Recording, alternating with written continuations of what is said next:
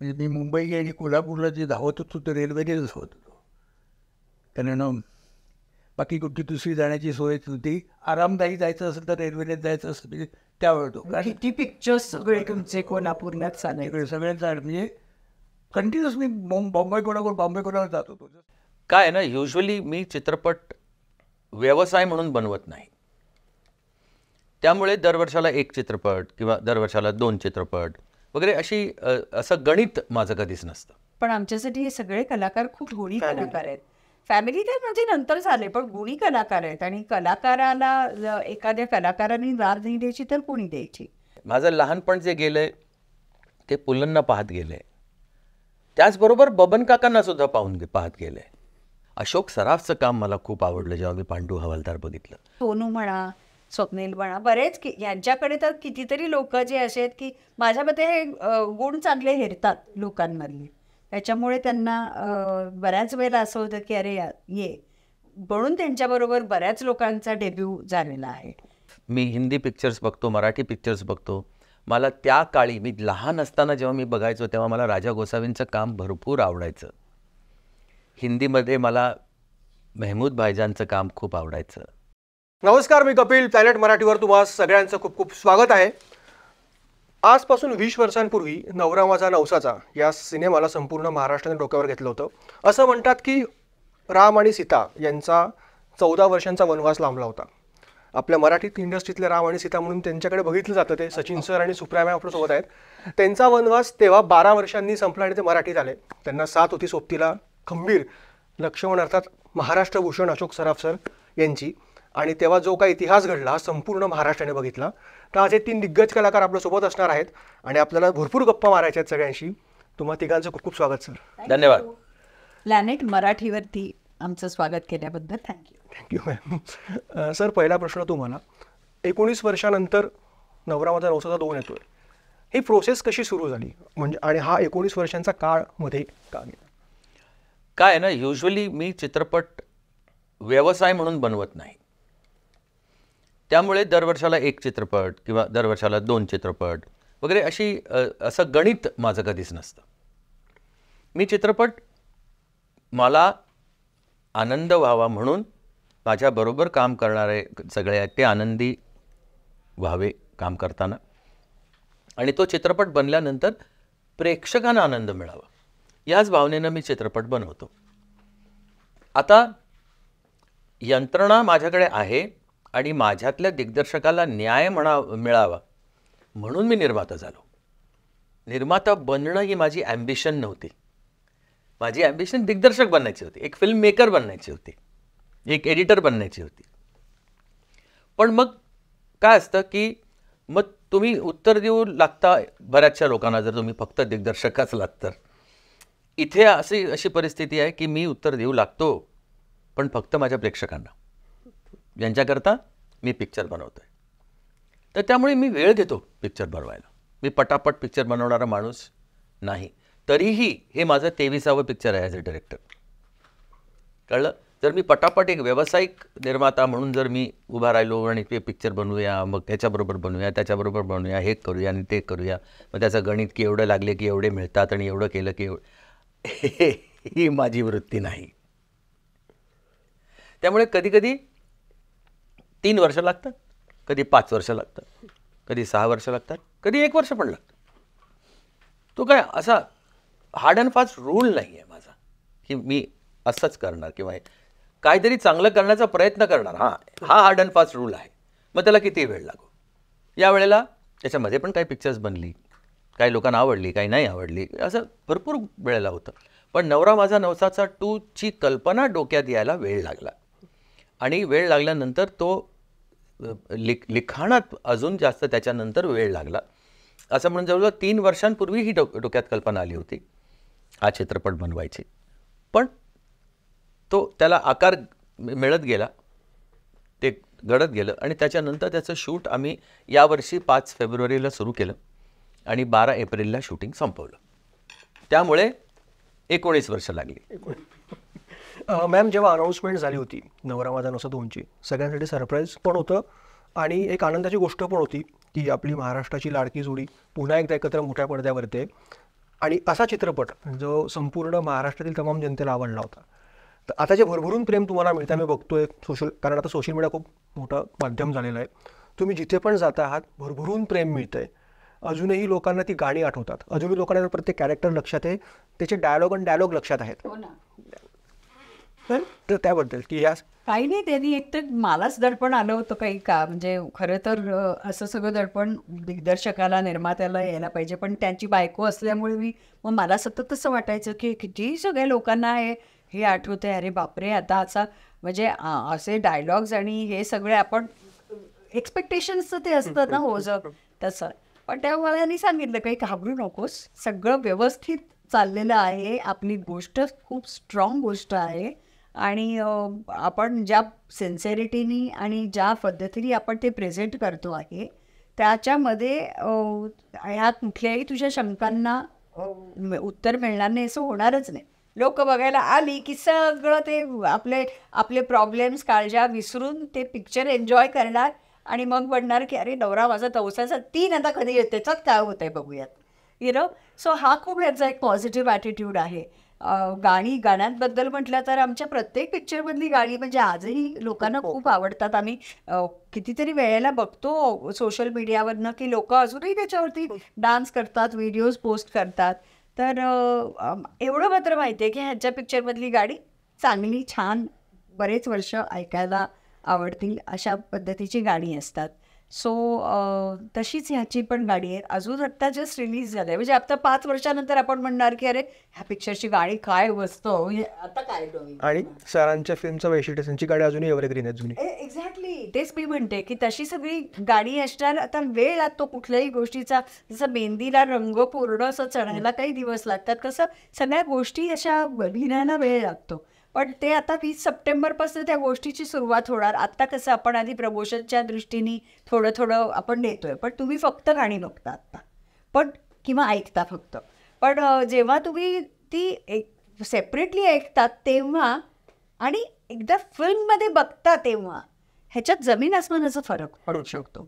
कारण त्या फिल्मचं गाणं जे आहे ते त्या फिल्ममध्ये त्या सीन आधीच्या सीनला किंवा त्या सीनचा भाग असं गाणं येतं. म्हणजे तुम्ही बरीचशी गाणी बघितली तर त्याच्यात तो एक सीनला रिप्लेसमेंट म्हणून ते गाणं, फक्त नुसतं आयटम सॉन्ग नाही आहे बेसिकली. सो तसं असल्यामुळे माझ्या मते या चित्रपटाची गाणी लोकांना खूप आवडणार आहेत. जे ऐकायला आता आवडणार आहेत ते नंतर बघायला पण आवडणार आहेत. मुळात आवडत आहेत. हो. सर 19 वर्षानंतर आता प्रमोशन झालं आहे बस कंडक्टरचा तर TC, तर धमाल प्रवास असणार आहे हा? हां, नेहमीसारखी धमाल होणार याबद्दल काही शंकाच नाही आहे. कारण ज्या पद्धतीनं तो कंडक्टर होतो त्याच पद्धतीने हा माणूस आहे. म्हणजे एकंदरीत लोकांशी संपर्क असल्यामुळे त्याची झालेली मनोवृत्ती, त्याप्रमाणे तो बोलणं, त्याचं वागणं, हे सगळं एक विचित्रच आहे. म्हणजे थोडासा म्हणजे सर्किटसारखा माणूस आहे तो. त्यामुळे तो लोकांशी कशा रीतीने बेस होतो हे महत्त्वाचं ठरणार आहे. त्याला भेटणारे लोक, त्यांच्यावर प्रत्येकाबरोबर त्याचा जो संबंध येतो तो इतका इंटरेस्टिंग आहे की कॅरेक्टरही पॉप्युलर व्हायला काय हरकत नाही असं मला वाटतं. आता एवढं फक्त ते कॅरेक्टर फक्त लिमिटेड आहे. कारण आता ट्रेनमधला प्रवास वेळेला बसचा होता तो अगदी गणपतीपुळ्यापर्यंत होता, तर मग तो शेवटपर्यंत होता तिकडे. आता नाही, ही ट्रेन तिकडे रत्नागिरी ट्रेन चाललं की माझं काम संपतं आहे. त्यामुळे फक्त तेवढाच एक आहे हे की ब्लॉक आहे फक्त एवढाच आहे मधला, तेवढंच फक्त जरासं विचित्र वाटते मला. सचिन सर, या प्रवासात काही जुन्या प्रवाशांसोबत काही नवीन प्रवासी पण जोडले गेले आहेत, तर त्यातलं प्रत्येक कॅरेक्टर जे जुने प्रवासी होते अजूनही लोकांच्या लक्षात येतात. बाबू कालिया, प्रदीप पटवर्धन सर, हा रोल त्यावेळेस आधी आय थिंक लक्षा सर करणार होते, पण ते नसल्यामुळे प्रदीप सर दोघंही मिस करताय या सगळ्या? अर्थातच मिस करतं. फक्त त्यांनाच नाही, इतरही कलावंत आहेत. फक्त याच चित्रपटाचे नाहीत तर या आधीच्या चित्रपटाचे सुद्धा काही कलावंत नाही आहेत. त्या सर्वांना मिस करतं. कारण हे सर्व कलावंत जे आहेत ते फक्त चित्रपटसृष्टीचाच भाग आमच्याकरता होते असं नाही, तर आमच्या वैयक्तिक जीवनाचा पण एक भाग होते. त्यामुळे त्यांना फक्त चित्रपटाकरता मिस करतोय असं नाही होत आहे. सिच्युएशनल कॉमेडी हा प्रकार सध्या लोप पावत चालला. म्हणजे आता आपण बघितलं, म्हणजे हिंदी असेल किंवा मराठी, खूप चित्रविचित्र हावभाव असेल किंवा कमरेखालचे विनोद असेल, अशा विनोदाचा प्रकार होतोय. पण सचिन सरांचे चित्रपट नेहमीच म्हटलं बघितले आम्ही लहानपणापासून, सिच्युएशनल कॉमेडी असते. म्हणजे ॲक्शन और डायलॉग याला टाळ्या शिट्ट्या पडताना बघितल्या आहेत. तसं त्याबद्दल, कारण नवरा माझा नवसा 2मध्ये पण ट्रेलर आम्ही बघितला तेच. नाही, सिच्युएशनल कॉमेडी करणं ही प्रत्येकाच्या शैलीवरती अवलंबून आहे. आपण जे पाहतो, जे शिकतो, जे आवडतं आपल्याला, शिकताना सुद्धा आपण आपल्या पद्धतीनं ते कसं काय मांडू शकू जर आपण तिथे असतो तर, असा पण विचार कधी कधी माणसाचा होतो. तशा वृत्तीचा मी आहे. माझं लहानपण जे गेलं आहे ते पुलंना पाहत गेलं आहे, त्याचबरोबर बबन काकांना सुद्धा पाहत गेलं आहे. म्हणजे एका ठिकाणी एक निखळ विनोद ज्याला आपण म्हणतो, कम्प्लीट सेन्स ऑफ ह्युमरचा वापर करणं आणि मग त्या शैलींनी ते सादर करणं. मग ते वाऱ्यावरची वरात असो किंवा बटाट्याची चाळ असो, खदखदून हसलेलो आहे मी लहान मुलगा म्हणून ते सगळं पाहताना. त्याचबरोबर एक फार्स पाहून, बबन काकांचा, बबन प्रभू यांचा फार्स पाहून सुद्धा तितक्याच ह्यांनी मी आनंदाने हसलेलो आहे. त्याचबरोबर दादा कोंडकेंची इच्छा माझी पुरी करा हे लोकनाट्य, ते पाहून सुद्धा माझी करमणूक झालेली आहे लहान मुलगा म्हणून. तर माझ्यावर असे वेगवेगळ्या प्रकारचे संस्कार घडलेले आहेत कॉमेडीचे, आणि ते कुठेतरी आवडलं. I am a film buff. मी हिंदी पिक्चर्स बघतो, मराठी पिक्चर्स बघतो. मला त्या काळी, मी लहान असताना जेव्हा मी बघायचो तेव्हा मला राजा गोसावींचं काम भरपूर आवडायचं. हिंदीमध्ये मला मेहमूद भाईजानचं काम खूप आवडायचं. मग अनेक कलावंत, मग त्याच्यानंतर अनेक नवीन नवीन कलाकार येत गेले. अशोक सराफचं काम मला खूप आवडलं जेव्हा मी पांडू हवालदार बघितलं. असे वेगवेगळे कलावंत आपल्या या चित्रपटसृष्टीला समृद्ध करत जेव्हा गेले तेव्हा माझ्यावर तसे संस्कार घडत गेले, ज्याचा उपयोग मी काहीतरी कलाकृती निर्माण करण्याकरता केला. Are you getting my point? Yes sir.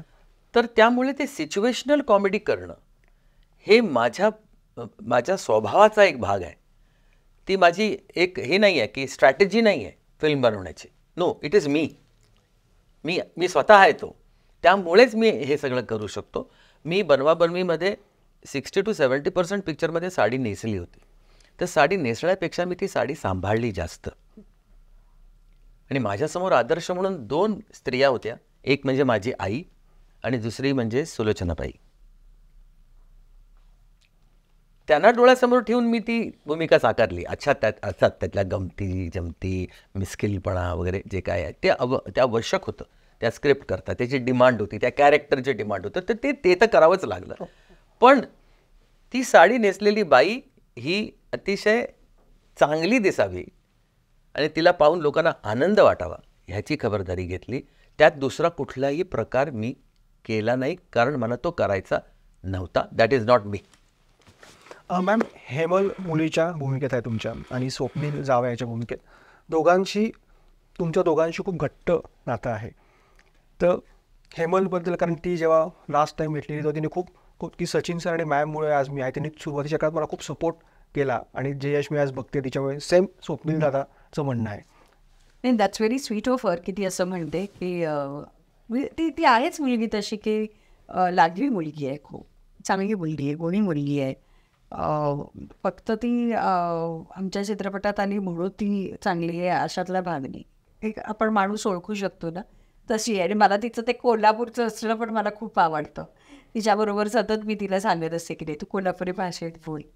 ती माझी एक मैत्रीण पण आहे. मला सगळ्या अशा टिप्स देत असते, काय करायला पाहिजे मी, काय नाही, काय कसं खायला पाहिजे, कसं वागायला, म्हणजे बाहेर जाताना मला कंटाळा जरी आला असला तरी कसं how I should dress up. म्हणजे थोडक्यात सांगायचं तर ती माझ्याकडनं तिच्या पर्सनल लाईफमध्ये जास्त इन्वॉल्ड आहेत. यांनी तिला बऱ्याच गोष्टी शिकवल्या आहेत. त्याच्यामुळे ती यांना माझ्या मते गुरुस्थानी असं मानत असावी, एक टीचर म्हणून, की त्यांच्याकडनं किती ती शिकू शकते अशा आहे. पण एक ती घरातला भाग नक्कीच झालेली आहे. आज ती कधीही तिला काही खावंसं वाटलं तर ती सांगते की मी येऊ का, आज मला यायचं आहे, घरी आई नाही आहे, तर येऊ का, तर आम्हाला आवडतं असं.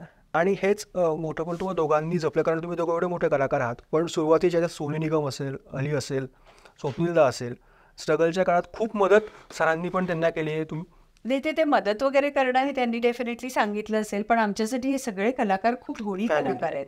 फॅमिली तर म्हणजे नंतर झाले, पण गुणी कलाकार आहेत. आणि कलाकाराला एखाद्या कलाकाराने दाद नाही द्यायची तर कोणी द्यायची. आणि असं कर्मधर्म संयोगाने डेफिनेटली असं झालेलंच असणार की कोण मनुष्य आपल्याकडे येतो किंवा आपण कुठल्या वेळेला कोणाकडे जातो. हा जसा त्यांचा प्रवास तुम्ही आम्हाला आठवण करून देताय, तसाच आमचाही प्रवास आहे. म्हणजे मीही कधीतरी पहिल्यांदा यांनी मला स्टेजवरती बघून यांनी मला चित्रपटासाठी नक्की केलं, किंवा ह्यांना सुद्धा सुधीर फडक्यांनी आणि राजाभाऊ परांजपेंनी हेरलं. तर असं असतंच. म्हणजे परमेश्वराने अशी माणसं पेरून ठेवलेली असतात की जी योग्य वेळेला योग्य लोकांना पुढे देतील, म्हणजे न्यायला कारणीभूत ठरतील, निमित्त मात्र ठरतील. असं आपण बघतोच सगळ्या ठिकाणी. तर तसेच सोनू म्हणा, स्वप्नील म्हणा, बरेच यांच्याकडे तर कितीतरी लोक जे असे आहेत की माझ्या मते हे गुण चांगले हेरतात लोकांमधले. त्याच्यामुळे त्यांना बऱ्याच वेळेला असं होतं की अरे ये, म्हणून त्यांच्याबरोबर बऱ्याच लोकांचा डेब्यू झालेला आहे की फक्त कलाकार म्हणून, म्हणजे ऍक्टर म्हणून नाही, बाकी पण म्हणजे बाकी क्षेत्रात सुद्धा भरपूर लोकांचं पदार्पण झालेलं आहे. बरोबर झालेलं आहे. म्हणजे माझ्या चित्रपटातून झालेलं आहे आणि ते मी स्वतःला लकी समजतो त्याबद्दल.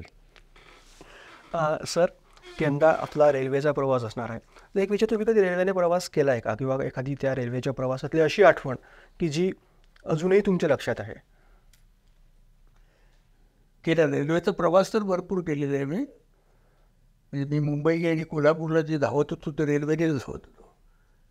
कारण बाकी कुठली दुसरी जाण्याची सोय नव्हती. आरामदायी जायचं असेल तर रेल्वेनेच जायचं असेल म्हणजे त्यावेळ होतो. कारण किती पिक्चर्स सगळे तुमचे कोल्हापूरला चालायचे. सगळ्यांचा म्हणजे कंटिन्युअस मी बॉम्बे कोणावर जात होतो. जसं मिळेल तसं, रेल्वे मिळेल तर रेल्वे, एस टी मिळेल तर एस टी, कसं मिळेल तसं मी जात होतो. रेल्वेमध्ये मी प्रवास केलेला आहे. मला तसा कधी वाईट असा कधी अनुभव आलेलाच नाही आहे. कारण त्या लोकांना पण माहीत होतं, ओळखायला लागले होते की हा सिनेमात काम करणारा नट आहे कोणतरी. त्यामुळे ते माझ्याशी नेहमी चांगले असायचे. पण ॲक्च्युली रेल्वेमध्ये घडलेले इन्सिडेंट काही असे फारच छान होते की म्हणजे कित्येक वेळा असं होतं की त्यामुळे तुम्हाला धडा शिकवला जातो असं असतं. तर पूर्वी मला जेव्हा मी मुंबईवरून कोल्हापूरला जायचं तेव्हा मी बॉदर नाही कधी केलं मी कसा जातो आहे. मला तुम्ही मुंबईवरून कोल्हापूरला जायला देत आहे तेच खूप आहे या प्रवृत्तीचा मी. त्यामुळे मी कुठलं तुम्ही मला तिकीट देते तर करा. मला त्यांनी थर्ड क्लासचं तिकीट दिलं होतं. थर्ड क्लास म्हणजे 3 टायर. आता म्हटलं काय इकडे मुंबईला बसायचं तर कोल्हापूरला उतरायचं, कशाला पाहिजे बाकीचं, कशाला 2 टायर पाहिजे, कशाला AC फर्स्ट क्लास. ठीक आहे बरं, ठीक आहे. तर मी जात होतो आणि मी असं बसलो होतो सगळे. मग सगळे युनिट होतं तेव्हा याच्यामध्ये 3 टायरला होतं तेव्हा. तर आम्ही गप्पा मारतो आपापसात. तर तिकडे समोरच्या याच्यावर 2 जण बसलेले होते. ते एक जण त्यातला सारखा माझ्याकडे बघत होता. मी म्हटलं अरे बाबा यांनी ओळखलेलं दिसते. बरं आमच्यावर चाललेलं होतं, मी लक्षात होतं. तर बऱ्याच वेळ ज्याने बघितल्यानंतर त्यांनी आपल्या बाजूच्या माणसाला विचारलं, ओळखलंच नाही आहे ना, ओळखलं ते कोण आहे, ओळखलं अशोक सराफ. तेव्हा मी ऐकतोय सगळे पंडू हवालदार केवढं मोठे पिक्चरमध्ये काम केलं आहे. नाही मी यानं केव्हाच ओळखलं, पण मला नाही वाटत ते थर्ड क्लासने प्रवास करत असतील. कसला लाफा मारला त्यांनी मला असता. अरे बापरे, हे सगळं विचित्र आहे. म्हणजे तुम्ही स्वतः जेव्हाही जाते तर तुम्ही लोकांमध्ये तुमची काय इमेज झाली याचा तुम्ही विचार केला पाहिजेत. जेव्हा तुम्ही स्वतःला जरी काय वाटत असले तर काय होत आहे असं जरी म्हटलं ते लोक तुमच्याबद्दल काय विचार करतात हे विचारात घेतलं पाहिजे. मी लगेच कोल्हापूरला म्हटलं आहे बघ यापुढे मी फर्स्ट क्लास नाही येणार आणि जाणार, हे थर्ड क्लास तो दिसणार. कारण मला ते करावंच लागलं. लोक जर माझी किंमत करायला लागले तर गेलंच ना गावातून. आपली ही कधी कधी आपल्याला जपावी लागते ती अशी. हा धडा मी इतका शिकलेलो आहे मस्त मोठं, म्हणजे ती पहिलं शिक्षण मिळालं मला. आणि एकदा तर असं झालं की म्हणजे मी प्रवास करतोय आणि म्हणजे रिझर्वेशन नव्हतं माझ्याकडे, कारण मला अचानक जायचं होतं. तर काय करायचं, मी टू टायरमध्ये घुसलो. तर ते ओळखीचे असल्यामुळे त्याने मला घुसायला गेलं आतमध्ये. मग जाऊ दे कुठे मी वस्तू काय ते नाही, तर बसायला जागात नाही, सगळे झोपले होते. आता झोपावं कुठे रात्री, तर मी असं गँगवेमध्ये झोपलो खाली माझे मध्ये जमिनीवर याच्यावर फ्लोअरवर. आणि वरती एक जण वरती तो वरती एक गुजराती माणूस बसला होता, झोपला होता. आणि सामान बरंच होतं त्याच्यात. तर त्याच्याकडे डबा होता, एवढा मोठा डबा, आणि तो सगळा लाडवाने भरलेला. तर चालले ते प्रवासाला रात्री झोपलो मी खाली.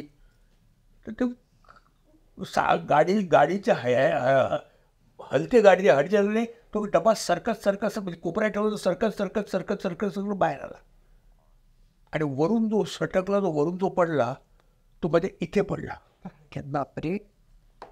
म्हणजे एका इंचाने चुकला तर माझा डोळा गेला असता. म्हणजे मी कधीही विसरू शकलो नाही. म्हणजे कसा वाचलो मी. आणि म्हणजे काय कुठून काय झालं मला काय कळत नाही. तो वाचा मी त्याला ओरडूही शकतो, पण तो बिचारा गुजराती म्हातारा होता थोडासा. म्हणजे क्या है ने बोला लड्डू का डब्बा लेके जाओ. चलो जाओ. काय बोलू त्याला मी, मला काय बोलताच येईना त्याला. अरे हे असे काहीही घेऊन बोला करतात, त्यांनी काळजी घेतली पाहिजे त्याची. आता समजा तो सरकून जर थोडा खाली असला, आम्ही डोळे हातात घेऊन फिरलो. असेच एक एक इरसाल कॅरेक्टर यंदा पण आपल्याला रेल्वेत प्रवास करताना दिसणार होतं सर. अशी नाही आहे अशी नाही, पण इरसाल कॅरेक्टर्स आहेत भरपूर, आणि त्या सगळ्यांना तोंड द्यावं लागणार आहे अशोकला या चित्रपटात. वेगवेगळे इरसालमध्ये काय नमुने काय कमी असतात काय? आणि ती कॅरेक्टर्स सगळे त्याच्याशी कनेक्टेड आहेत. हां, कारण कंपार्टमेंट वेगळं, बस म्हटल्यानंतर काय सगळे एकत्र दिसतात.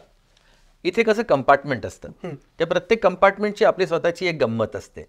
मग त्या गमतीमध्ये काय काय गोष्टी घडतात. आणि अर्थात तिकीट चेक करणारा कोण असतो, तर TCच असतो. सगळीकडे कॉमन तोच. हां, सगळ्यांच्या बरोबर कनेक्ट असणारा एकच म्हणजे TC. तो सगळ्यांना कशा पद्धतीनं तो टॅकल करतो, हँडल करतो. आणि हा जो प्रवास आहे तो खरा म्हणजे इंटरव्हलला सुरू होतो, आणि मग त्याच्यातली ती गमती जमती सुरू होतात. आणि जरी तो रत्नागिरीपर्यंतच प्रवास असला, आणि तो TC जरी रत्नागिरीपर्यंतच असला, तरीसुद्धा कोटा जो आहे लोकांना एंटरटेनमेंटचा, तो पुरेपूर मिळणार आहे हे मला माहिती आहे ॲज अ फिल्म मेकर. यंदा हिरे पण आपले 100 कोटींचे 800 800 कोटींचे कोटी झालेत ना. 800 कोटी. ते आधी 80 कोटीचे होते. महागाई वाढली हो. सर, खूप मोठी फ्रँचायझी ही आहे. बरेच कॅरेक्टर जुने पण आहेत, आणि काही जुने कलाकार पण नवीन कॅरेक्टर आपण हे केले. जसं काही जयवंत वाडकर असतील, ते PAच्या रोलमध्ये सिद्धार्थ जाधवच्या, आणि अशी बरीच कॅरेक्टर आहेत. तर ठरवलं होतं आधी का आपण एक कॅरेक्टर फिक्स न ठेवता गोष्ट सेम ठेवायची, जसं तुमच्या दोघांचे कॅरेक्टर आहे ते सेम असेल, आणि गणपती बाप्पा पण यंदा पण बाल गणेश आहे. बाल गणेश. तर त्याबद्दल हो, आम्ही दोघंजणं सेम कॅरेक्टर्स प्ले करतो, म्हणजे वॅकी आणि भक्ती. त्याचबरोबर गणपती बाप्पा, तर गणपती पुण्याचा गणपती बाप्पा तर गणपतीच बाप्पा आहेच.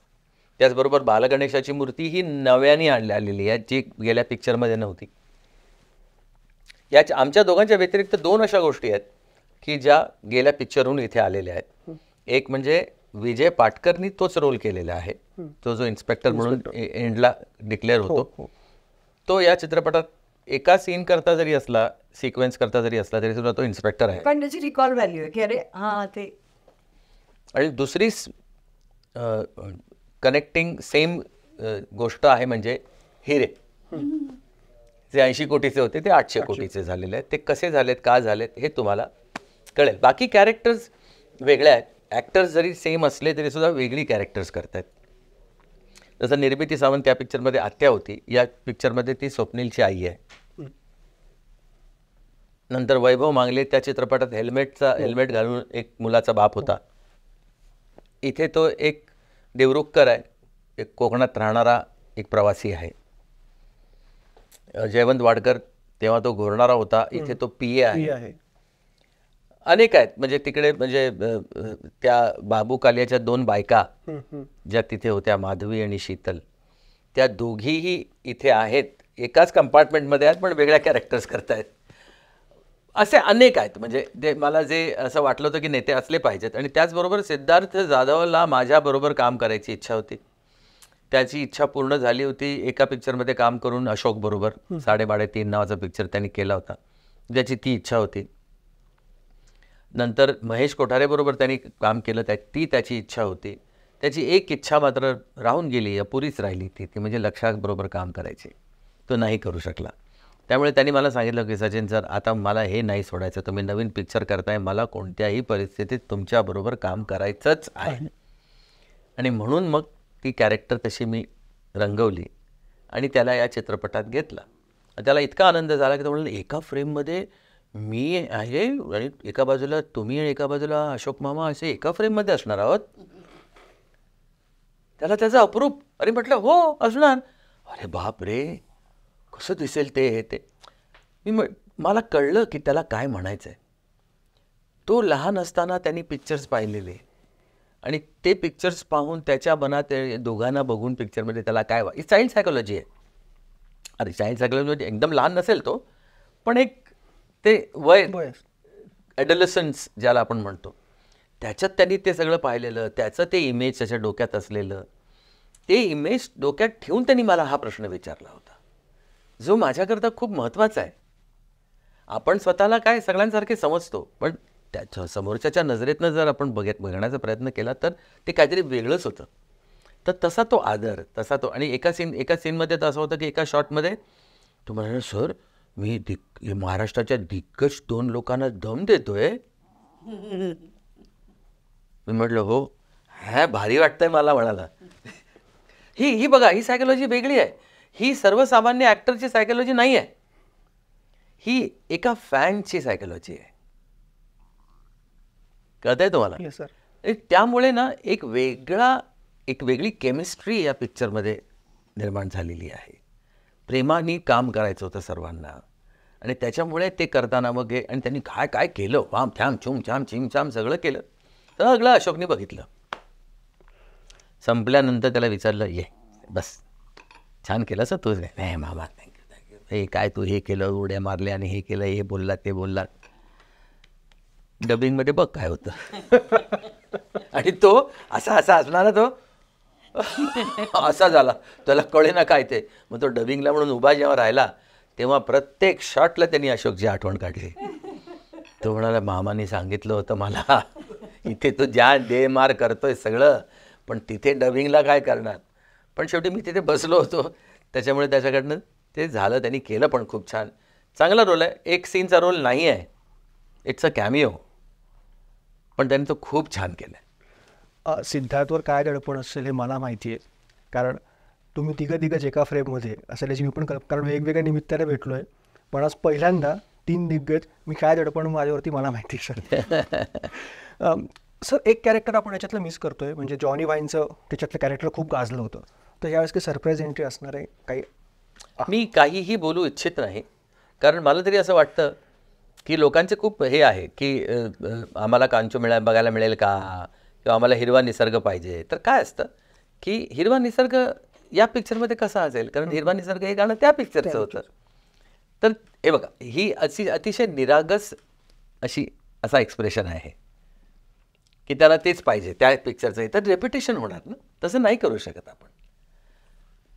लोकांचा आग्रह आहे, आम्हाला हे पाहिजे, सोनू निगमला बघायचं आहे, आम्हाला कांचोला बघायचं आहे, आम्हाला हे बघायचं आहे, असा आग्रह भरपूर लोकांचा आहे. मी लोकांच्या त्या आग्रहाला मान देतो नेहमी, म्हणजे आमच्यावरती प्रेम आहे त्यांचं, म्हणून त्यांना तसं वाटत असेल आणि वाटतंय तर त्याबद्दल खूप खूप धन्यवाद. चित्रपट पहा, तुम्हाला हा चित्रपट पाहताना एक आनंद पण मिळू शकतो, वेगळ्या प्रकारची करमणूक तुमची होऊ शकते आणि एक वेगळ्या प्रकारचा कदाचित सरप्राईज पण मिळू शकेल. You never know. बाप्पाच्या मनात सरप्राईज मिळेल. बाप्पाच्या मनात काय आहे आपण नाही ठरवू शकत. बाप्पा कधी काय करेल आपल्याला माहीत नसतं. त्यामुळे बी प्रिपेअर्ड. जेव्हा तुम्ही हा पिक्चर बघायला बसाल तेव्हा बी प्रिपेअर्ड फॉर सम अशा टाईपची एंटरटेनमेंट जी तुम्ही एक्सपेक्ट नाही केली आहे. Thank you sir. आणि आणि आणि एक गोष्ट सांगायची महत्त्वाची, सगळ्यांना विनंती आहे, शेवट कृपया कोणाला सांगू नका. आणि एक महत्त्वाची गोष्ट या चित्रपटासंदर्भात मी सांगू इच्छितो की हा चित्रपट मी निर्माण केला आहे, म्हणजे मी निर्माता आहे या चित्रपटाचा. माझ्याबरोबर कोणी कॉर्पोरेट नाही आहे, माझ्याबरोबर कोणी स्टुडिओ नाही आहे, माझ्याबरोबर कोणी फंडर नाही आहे, माझ्याबरोबर कोणी पार्टनर नाही आहे. मी स्वतःचे पैसे लावून हा चित्रपट बनवलेला आहे आणि मी स्वतः हा चित्रपट डिस्ट्रीब्यूट करतो आहे. त्याचा PNA सुद्धा मीच करतो आहे. कळलं तुम्हाला? पण मी एकटा आहे असं मी म्हणू शकत नाही, कारण ही सगळी मंडळी माझ्यासोबत आहेत. त्याचबरोबर पूर्ण महाराष्ट्र माझ्यासोबत आहे. एका मराठी माणसाने मराठी माणसाकरता एक मराठी चित्रपट बनवला आहे. तो मराठी माणूसच मोठा करणार आहे याची खात्री मला आहे. बाप्पाचा आशीर्वाद आहे. हा चित्रपट फक्त महाराष्ट्रात प्रदर्शित होणार नाही आहे, फक्त महाराष्ट्राबाहेरसुद्धा, हैदराबाद उदाहरणार्थ हैदराबाद, बँगलोर वगैरे अशा ठिकाणी, इंदौर, भोपाळ, गुजरात अशा ठिकाणी सुद्धा हा चित्रपट प्रदर्शित होणार आहे. पण त्याचबरोबर देशाबाहेरसुद्धा, परदेशीसुद्धा हा चित्रपट डिस्ट्रीब्यूट होतो आहे. आणि तो डिस्ट्रीब्यूट करतायत नाफा, म्हणजे नॉर्थ अमेरिकन फिल्म असोसिएशन ही एक संस्था आहे. ती US आणि कॅनडामध्ये हा चित्रपट डिस्ट्रीब्यूट करतायत आणि त्यांचा मानस आहे की त्या व्यतिरिक्तसुद्धा परदेशात ते हा चित्रपट डिस्ट्रीब्यूट करू इच्छित आहेत. तर अशा प्रकारे या चित्रपटाचा विस्तार आहे आणि या चित्रपटाला सर्वांनी मिळून, आधी बाप्पांनी आणि बाप्पाच्या कृपेने सर्वांनी आशीर्वाद द्यावा. 20 सप्टेंबरला हा चित्रपट रिलीज होतो आहे चित्रपटगृहात. तर चित्रपटगृहात जाऊन या चित्रपटाचा आस्वाद घ्यावा, या चित्रपटाला आशीर्वाद द्यावा. आणि या चित्रपटात तुम्हाला एक संधी अजून एक आहे की चित्रपट पाहताना सुद्धा तुम्ही नवस मागू शकता, कारण हा जो बाप्पा आहे तो नवसाला पावणार आहे. Thank you sir. मॅम, शेवटचा प्रश्न. पहिल्या भागातलं नवस खूप कठीण होता, यावेळेस त्यापेक्षा कठीण नवस असतं? डबल कठीण आहे ॲक्च्युली. नाही, मी अजून म्हणेन काहीतरी. गेल्या वेळेचा नवस कठीण होता, या वेळेचा नवस अशक्य आहे, कठीण नाही. चलो, thank you so much sir, ma'am, Ashok sir. खूप खूप शुभेच्छा.